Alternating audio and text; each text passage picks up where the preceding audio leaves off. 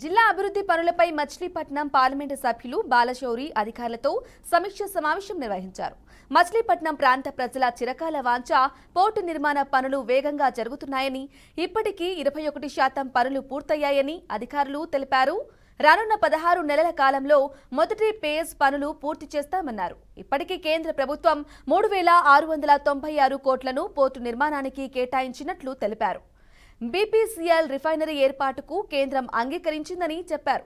జిల్లాలో రానున్న 50 ఏళ్లను దృష్టిలో ఉంచుకుని నీటిలో నిల్వ చేసే విధంగా స్టోరేజ్ ట్యాంకుల నిర్మాణం ద్వారా ప్రతి ఇంటికి ప్రతిరోజు మంచినీరు అందించేలా కేంద్ర రాష్ట్ర ప్రభుత్వాల సహకారంతో 750 కోట్ల రూపాయలతో పనులు ప్రారంభిస్తున్నట్లు తెలిపారు.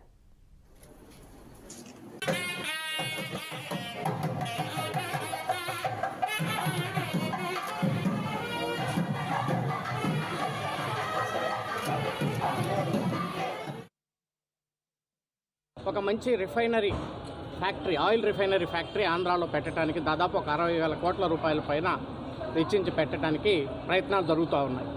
సో తప్పకుండా అది మన రాష్ట్రానికి వచ్చిద్దని చెప్పి మనం ఆశిస్తూ ఉన్నాం. మరి ఈరోజు బీపీసీఎల్ సీఎండీ గారు, అలాగే వాళ్ళ రిఫైనరీ హెడ్, డైరెక్టర్ ఫైనాన్స్ అందరూ కలిసి ఈరోజు గౌరవ ముఖ్యమంత్రి గారిని కలవడానికి వచ్చారు. ఆ సందర్భంలో దుర్గామ్మ టెంపుల్ను కూడా దర్శించుకోవడం కోసం వారితో పాటు కలిసి వచ్చాం. భగవంతుడి దయ వల్ల తప్పకుండా ముఖ్యమంత్రి చంద్రబాబు నాయుడు గారి యొక్క కృషి, అలాగే deputy chief minister Pawan Kalyan గారి యొక్క కృషితోటి ఒక మంచి ఇన్వెస్ట్మెంట్, ఒక 60,000 కోట్ల రూపాయల ఇన్వెస్ట్మెంట్ ఆంధ్రాకు వస్తే తప్పకుండా డైరెక్ట్గా కానీ ఇండైరెక్ట్గా కానీ ఒక 20 నుంచి 25,000 మందికి ఉద్యోగ అవకాశాలు వస్తాయి. సాంప్రదాయం, ఆ సాంప్రదాయానికి బద్దులమై మేము ఎవరినైనా గౌరవించాలనే ఉద్దేశంతో పనిచేస్తూ ఉన్నాం. ఇవాళ మన ప్రభుత్వంలోని కొందరు పెద్దలు ఇక్కడికి రావాలి అని అంటే చర్యలు తీసుకుంటారు.